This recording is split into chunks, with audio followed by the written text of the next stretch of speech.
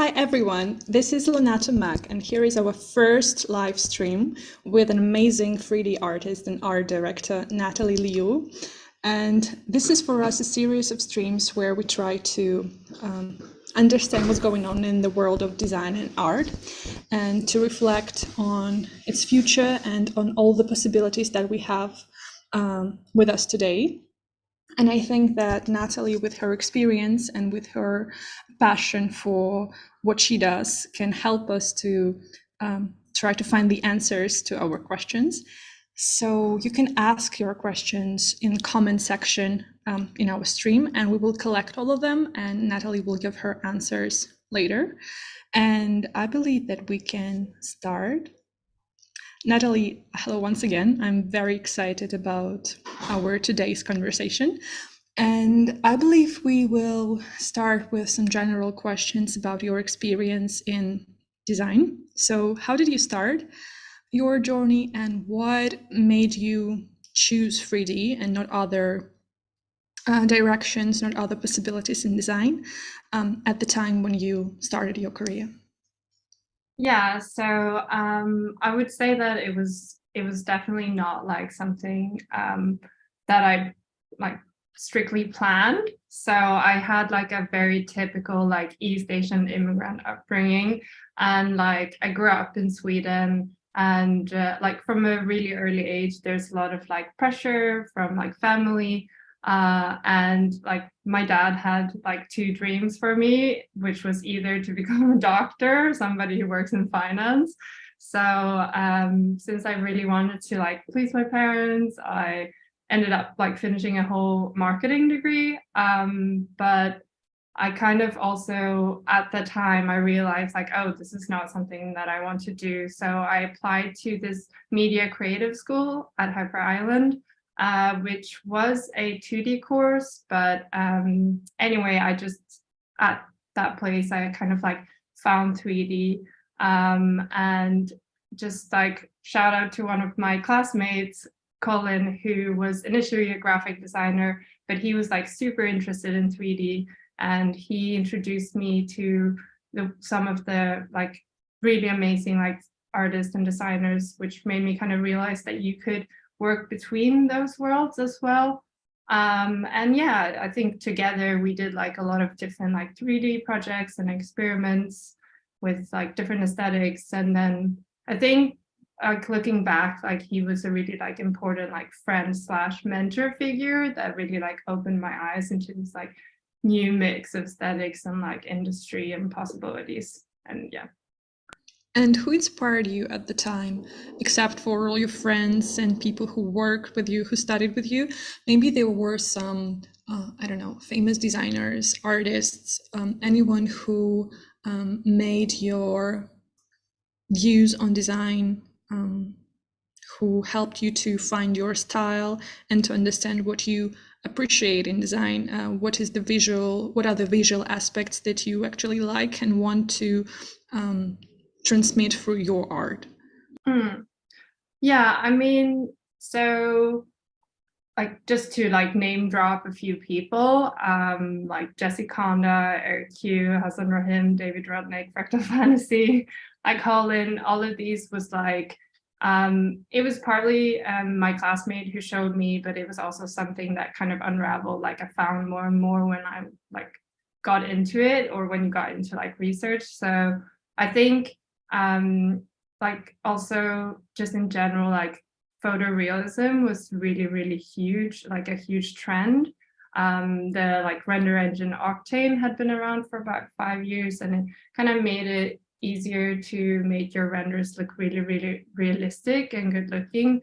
And on the back of that, there was this studio called More and More, who like completely blew up on Instagram, and they were quite a big inspiration to me. And I think they were really like the first for me that created like a photorealistic kind of like beauty editorial approach. And I think yeah, because like a lot of other studios kind of created more like sci-fi fantasy or like motion graphic-y stuff. So yeah, and I think like maybe some people tend to like shy away from like mentioning people that you get inspired by in the same medium as you, but I feel like more and more was really like technically impressive, and especially that they were like working in advertisement. So yeah, I think it was like technically and creatively, they were really impressive. So yeah, that's what I liked. This is so nice of you to mention people who were like on the same level as you, because I guess there is a problem in the professional industries, not only in design and art, that there is a competition and everyone's afraid of giving the names and mentioning their friends and people who are on the same level as them, who collaborate and work with them, because they feel that there is, I don't know, a possibility of losing or of, I don't know, not getting the tasks and the projects that they wish to get because others can have them. And Yeah. I guess this is just a very nice characteristic of you. So I'm just pleased. That's my comment.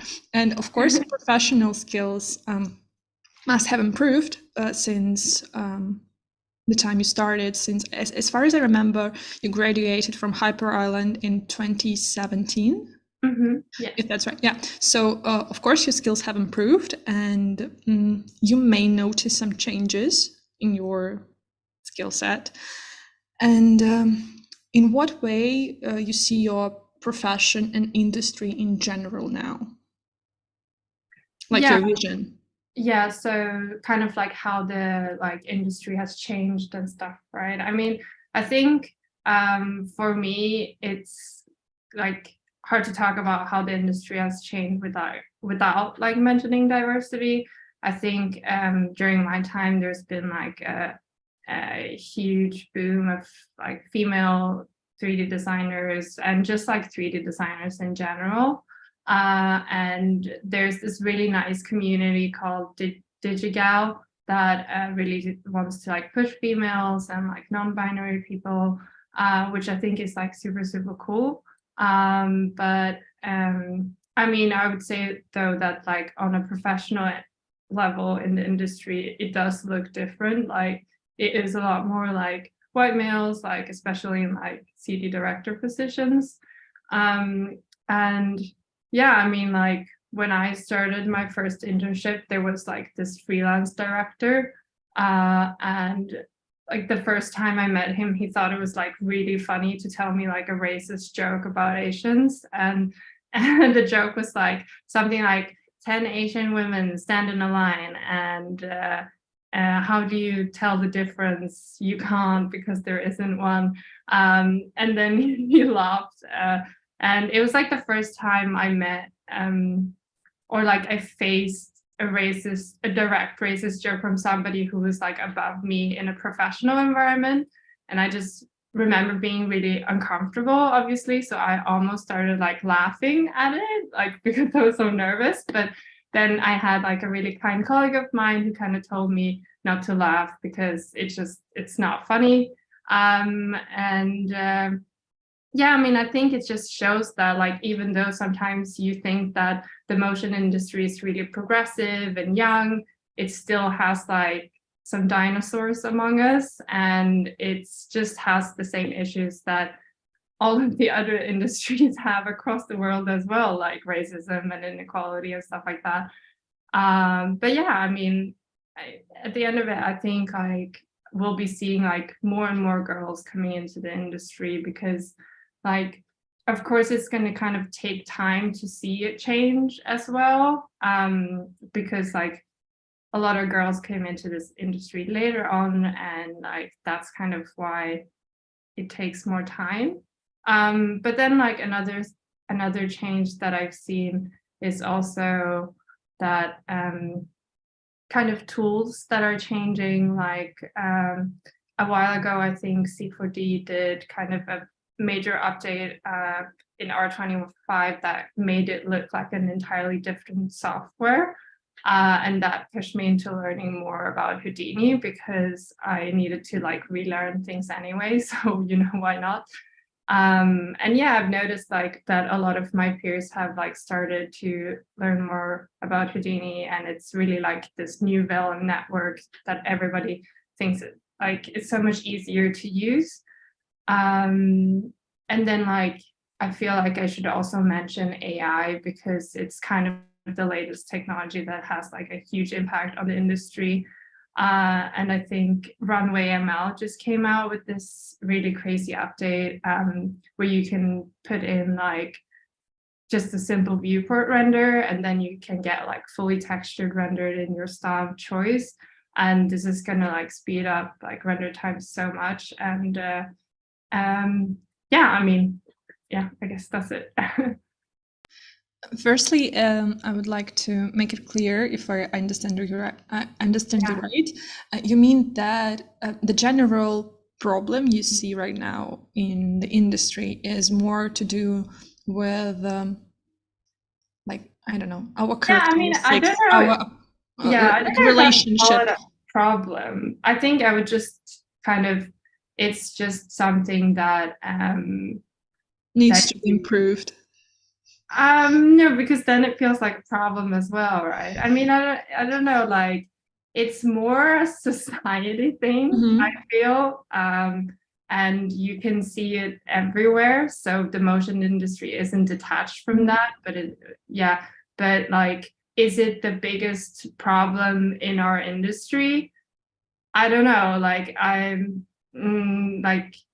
think there are other industries that it's like probably more important, like politics, you know, than it's anyway. I'm sorry, I just believe that this problem is pretty much well, not problem. This aspect of work is pretty much serious, and in my job, as a person who does more things connected with community and with sometimes some editorial work, I feel that there is this lack of empathy in the way we communicate with each other. And I believe that it is very much important for us not only to develop our hard skills and the way we use soft and like some techniques in our work, especially as for designers, but also to work on the way we communicate, on the way we give feedback, on the way we talk to our clients and to our coworkers, because it really matters, because it's about the emotional stability and the way you feel and the way you feel inspired or unmotivated, and it really has an influence on the result you have in your work. So I guess it's very much important that you mentioned it. Thank you for it, because this was not something I was planning to discuss today, but thanks for it. And about AI? I mean, it's a very personal experience, obviously. Like I can only talk from my own experience. So yeah, I'm sure other people, I mean, it's unique for everybody. That's all I'm saying. Thanks for mentioning. And also about AI, do you personally use it as a tool, or do you see, I don't know, a problem in it? Are you afraid of AI or not? Just a small question I was also not planning to ask. But yeah, I mean, I think I'm not afraid of AI because I feel like it's kind of the same thing when photography and 3D, they had like the same kind of clash as industries. And a lot of photographers, I guess, were afraid that photography would disappear altogether just because 3D came along. But that didn't happen. You know, it's just going to be kind of like, an extra tool that you use. And maybe some 3D designers in the future will become like professional AI prompters. Like, I don't know, like it's going to change, but yeah, I'm not like scared of it in that sense. So I think it's rather something that we should all embrace. And like at Builders Club, they're currently doing like a couple of projects with AI, and we've done it in the past as well with Nike and stuff. So it's definitely something that we embrace. This sounds very much optimistic, so thank you. Yeah. This is actually, it just feels hard to find a certain answer to the question of AI. So I believe this is inspiring for those who are watching us today. So guys, don't be afraid. We can still survive. Okay, and my next question is about workflow. Um, could you please maybe describe the process of your work or share some tips on arranging your workspace and on time management, if you have any? It would be just, I believe, so useful for people today. Yeah. So for my personal work, I kind of see it as like a never-ending like world building exercise. I think from day one, I had this really like big obsession with flowers, but then I kind of derailed a little bit from that, and I tried to like move it into a bit of like an edgier aesthetic, just because like I guess I have this need to be cool or whatever. But then after exploring that a bit, I felt like I lost some part of my former like aesthetics that I really loved, like flower and nature elements. So and yeah, like I think initially like coming in from like or being inspired by more like beauty editorial approaches, I just wanted to like go back to that a little bit, and then but like at the same time, like I've grown a lot technically throughout the years, and I've started to want to really like utilize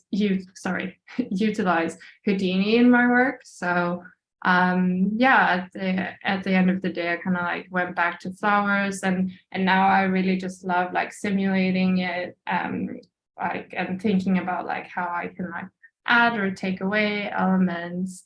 I mean, I feel like also the motion industry has like a huge obsession of how things will move, which is obviously also interesting, but I also really love taking like inspiration from like the beauty and the fashion industry and look at like how they do their work, and then kind of adding a more editorial approach, I guess. And yeah, just balancing those two, I think is really fun for my personal work. And then I guess I usually like my process is just not very I would say like different from any other, but like I just start making mood boards and find some references and like, you know, kind of follow your own intuition.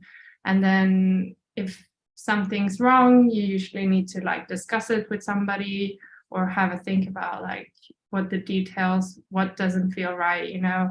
And then after that, you have to like kind of imagine how you can design it in 3D. So that's kind of when that comes in. So it's always this like process between iterating between those two things. Sorry, I just need to charge my laptop.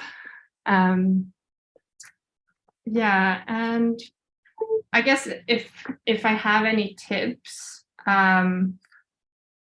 yeah, I mean, like arranging your workspace is like cleaning your room. And like it's not always the most fun thing, but I would say like my number one is to like make a clear folder system, stick to it, and really like name each file after each like still so that it's like easy to find. Like the nightmare is to work with the designer who doesn't save like their files at all, because it makes it really, really difficult, especially in like a production studio, because you really have to like revisit projects. There's so many times that clients come back. Yeah, I mean, I think a good rule of thumb is also to like, if ever you take over like a project from somebody else, just kind of organizing and structuring it, because it really helps you to like already be in like kind of a problem solving mode. And then like, yeah, like managing your time is like studying to a test, and you know, you got to do like short like yeah, I mean, I guess you just need to put like smaller deadlines so that you can finish the whole thing. And like that's I guess how you should do it. As simple as that. Yeah. Actually, you mentioned your flowers, and I can miss the chance to say how much I admire them, Oh, because thank I you. believe that when I first saw them, I felt that there is this unique combination of soft colors and some tenderness in them, but at the same time you feel the strong character from a person who made them.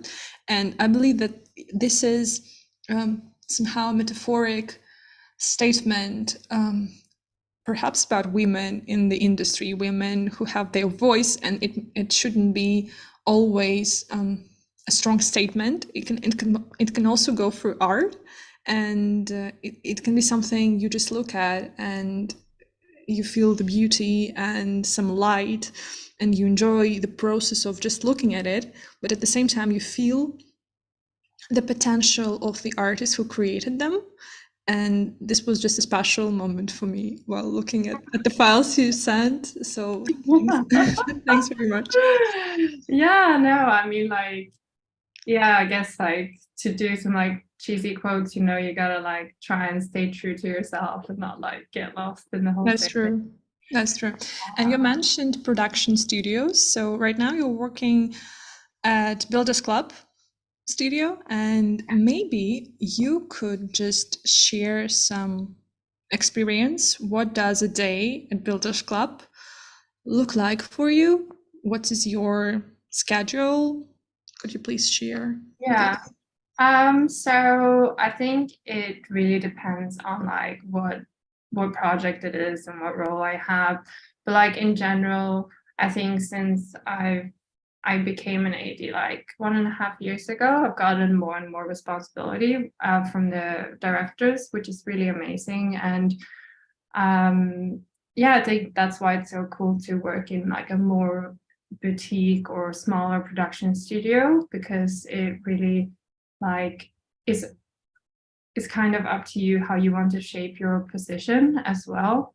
But yeah, I would say like usually when we start a day, we would like have check-ins, and usually it's like the team lead, so it would be creative director, art director, and producer, and then after that, like checking in with the designers, and then like after the check-in, I would just continue to do whatever I needed to do, like presentations for client, or finding references, or making style frames, or etc. etc. And yeah, it's a lot more versatile than just being a 3D artist. But if I am a 3D artist on a project, it would be like just having like usually a check-in a day and then just design the rest of the day. Yeah, quite simple. Thanks. And how is it working in a production studio in general? Do you prefer working in a studio or maybe some freelance work? How do you feel about it? I understand that it's quite strange to ask a person who works in a studio what does she prefer, but yeah, no, I mean, I think it's, of course, it's good. I mean, it's so different. Like I've worked in a lot of different studios, so it definitely depends on the company culture.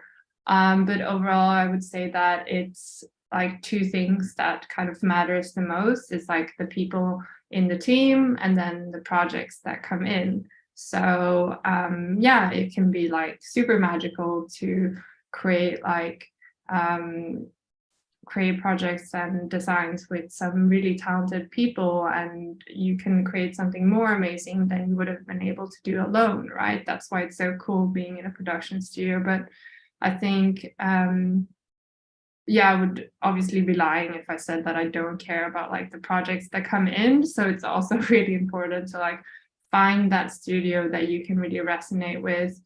I mean, I would say like if there are anything that you should watch out for, like red flags, it would be like first of all, like designers who are asked to work until like 3 a.m. in the morning and really insane over hours. That's never good. And then two, like having the studio has like a high turnover rate of designers or people, it usually means that there's something wrong. And then three, just having like, if they have a lot more focus on like finance department or like coding department, and it's like way more than 3D design, then it's usually like that's the focus and not 3D design. So that's also good to like keep in mind. But yeah, I guess. Thanks. To say about that, yeah. That's fine. And taking a step back to the fears. So we already said that the industry is transforming, and it's transforming with an incredible speed. And there are many designers right now, like really a lot. So do you have any fears concerning your work, your space for creativity, your position, or any other fears you face, except for technologies that we already mentioned as well? How do you feel about the future of your profession?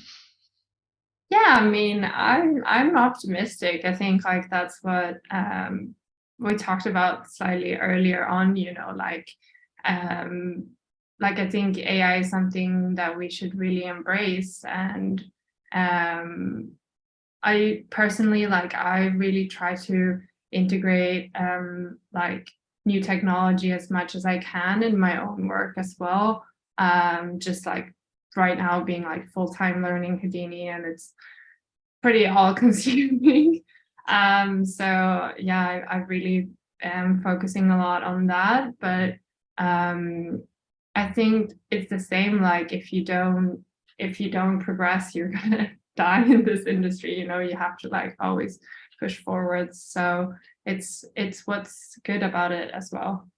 And what are you looking forward? Maybe some technologies or soft you'd like to work and use in your workflow in the future, or maybe some people or projects or studios, I don't know, brands, companies you'd like to collaborate with that you haven't yet. Maybe you have a dream of creating something you haven't also yet. Yeah. What are you looking forward in your professional growth and development? Yeah, so I mean, I would definitely like to dive into more AI, because I feel like I haven't really gotten the time to do that. It's hard to learn everything at the same time. So just like trying like different morphing and blurring techniques would be really, really fun, I think.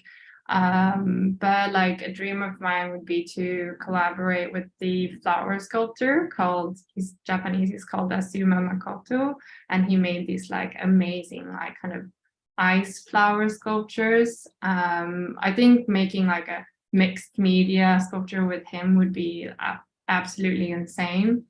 But I'd also like to just explore a little bit more Asian aesthetics in my work and see how I can like kind of rope that in.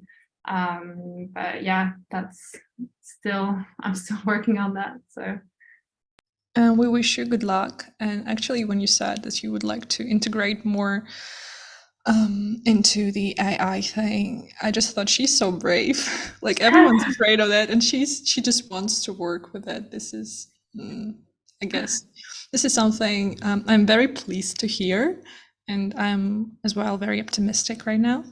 So my next question is, I guess we should give some advice to people who are planning to start their career in design.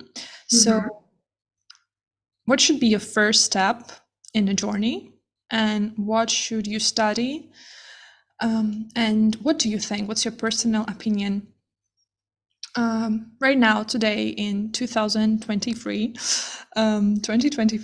what should we do? Study in an institution or self-education is better? What are the options? What are the possibilities? Do you lose your time when you go to university and study design in art school, or self-education online courses are better? What's your advice? So I think personally, I would have loved to study design or art for a much longer time than I did. I think obviously nowadays, if you're like studying in US, for example, that's absolutely an insane amount of money. So I don't know if that would be worth it. But I think like having the time to like mull things over and really like pushing different designs with like you and your like fellow students, you know, I think that's really like helpful to your own growth. And I feel like I've never really had the time to grow myself outside of work. So in a way, like my professional work and my own work is very much like intertwined. And I also think that there are some really valuable skills like brainstorming or like, like some soft skills that are really useful for you when you then enter the industry. So it's, I think that's what I would have preferred to do. Thanks. And actually, I would just like to, before asking my next question, I just wanted to remind everyone who's watching us that you can also ask your questions, and we'll see them, and then we will post them on our Instagram or maybe on the website, because Natalie will give her answers after the stream. So feel free to ask anything you wish. And my next question is, as well, we've already talked about collaborating, and we've mentioned competition. And what do you feel? Should there be a competition, like a healthy one? Is it a part of creative industry, a universal language, or maybe a form of art and philosophy? So how do you personally, what's your personal attitude to competition? What is competition for you? And how to work with that? Should there be any? Yeah, so I mean, I would say like there's positive and negatives. Like, for me, competition is like a really important force and driver in like the creative industry as a whole. A healthy amount is always good. Like when you see work made by another artist that you admire, it makes you want to like do better, and it really like inspires you and drives it kind of forward. But I think it's the same like in a production studio. If you work with bigger teams, it's always kind of good to like share the work in the same channels, because it kind of hinders people from slacking off, and like it drives it. But like, of course, it can also be very like toxic, and I think especially in like a studio environment, sometimes the competition can get really, really fierce. Like I would say like me becoming an AD was definitely like a lot of competition and like different politics. I would describe it as like a cocktail of like dreams, anxiety, and like privilege, like self-privilege, I guess. But like some toxic trait would be like people stepping over people to like get what they want, or just like jealousy turning into like really disrespectful behavior, are just like things that I could definitely live without, but that's not how the world works. So yeah. Thanks. And I guess I have the last block of questions. Mm-hmm. And they are more general, but I guess they have more to do with what I mentioned in the beginning of our stream, that this series of live talks is for us an attempt to understand what's going on, and what can we do, how can we contribute, how can we give a helping hand to designers, artists, and everyone who has to do with creativity and art, to maybe change something, to make our contribution to culture, to history, to society. So I would very much love to hear your thoughts on that. And the first question is, Okay. what does the industry need today? And is there anything you dream you had? Perhaps tools, maybe professional communities, or people's consciousness, etc. So anything, if you had a magic wand, you would definitely ask for. I mean, I guess it kind of connects to like what we were talking about earlier, about like diversity and stuff. I mean, I think in a way, I don't feel like it's maybe the most problematic thing in the motion industry. I think in general, all the people I've met, maybe except for this freelance director, like everybody's been really, really nice, and it's a very welcoming industry. So I wouldn't say that there is like an insane amount of things that I would want to change. I think rather like then it would be like more about competition, like how to kind of eradicate that. That would be really interesting to me. And just make it kind of a more like a more nurturing environment, just to, yeah, like have kind of like a healthy growing competition going on rather than a toxic one. That's our dream. It's really true. Yeah. And how do you see it? How important it is for a designer to reflect on global processes? How do you come up with the ideas or perhaps statements in your own projects? Where do they come from? If I'm completely honest, I think social media has definitely like made it less important in general. Like I think if you have this line of like concept and like caption underneath your images, because it's a short form content, probably not a lot of people are gonna like even read it. But I do, like personally, I still find it really important, because it's like kind of what gives your project legs. And I think it also kind of equals like knowledge. So since it is like concept is a very like abstract thing, or an idea is very abstract, it just like comes from the things that you surround yourself with, and like how much knowledge that you know about like different subjects.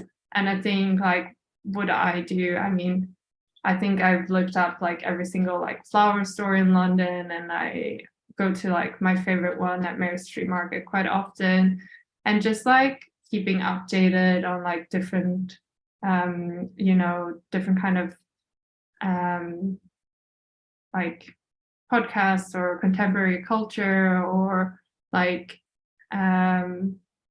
like subjects that mean a lot to you. I think hopefully you can, if something has value to you, it will show, and it will also be of value to other people. Like, yeah, I guess that's the end of the day, that what you want like your art to have value. And I think, yeah, but like if it's more of like a professional brief, then the ideas and statement just generally comes from like what it is that you're trying to solve in the brief. And then at Builders Club, we do a lot of like different kind of image research to see what other people are making. And I think it really helps to like, yeah, see what you can take and bring to the table yourself, and yeah, I think all of those things will help you grow your own practice. I totally agree with you, because sometimes it hurts me when I see some pretty nice works, but it feels like they are empty because you don't feel that there is any statement behind them, because it's just for, I don't know, I just experimented, so here's the result. And Yeah. you want to feel what was the idea, what was the intention, what did the author feel while creating that, because I'm very much interested in that, and I'm very glad to hear your words, so thank you. And before turning to my last question, I would just like to read the questions that were asked in the comments on YouTube, for our audience to know that we got them, and Natalie will answer later. So the first question is, do you work with remote designers a lot, or work remote yourself? I would love to hear your thoughts on connecting and working in a remote workflow. The second one is, Do you see Houdini becoming more an industry standard in motion graphics and 3D compared to Cinema 4D, for instance, and also learning it right now, so I feel you. And the last one is with finding internship, would you say technical knowledge with knowing the programs or your overall creative ideas are more important? So Natalie will give her answers a bit later, and we will post them online definitely, so don't worry. And now the final question I have for you today is, what is the mission of design, and why are you personally doing it right now? That's like such a big question, but I mean, I think at the end of the day, you know, I just want to do something that makes me happy, and if that makes other people happy as well when they see, you know, whatever, like, yeah, whatever, I mean, I put out, hopefully that will bring like positive energy back. I guess it's a little bit of a hippie answer, but I don't know. Yeah, like I think that's why I went with this kind of route. And instead of like studying marketing, for example, I mean, it's like complicated as well, right? Because you need to make a living out of it. So yeah, you have to be kind of smart of it's going to like influence how you make your life decisions, obviously, but I think at its core it's just, you know, about doing something that makes you happy. I guess it's not just a hippie answer, it's a it's a life philosophy, and I like that. So this is it. This was, as for me, a wonderful conversation with Natalie Liu. And Natalie, thank you very much for these 45 minutes we've spent together. I absolutely enjoyed talking to you, and I hope this is not our last collaboration, and we'll do something together with Lunatum Mag. I would like to remind you that we will give Natalie's answers to all of your questions later, so follow us on Instagram for the updates. And Natalie, thank you so much once again. Have a nice day. You're amazing. Thank you so much for having me. Yeah. Thank you. Really nice. Have a nice day, everyone.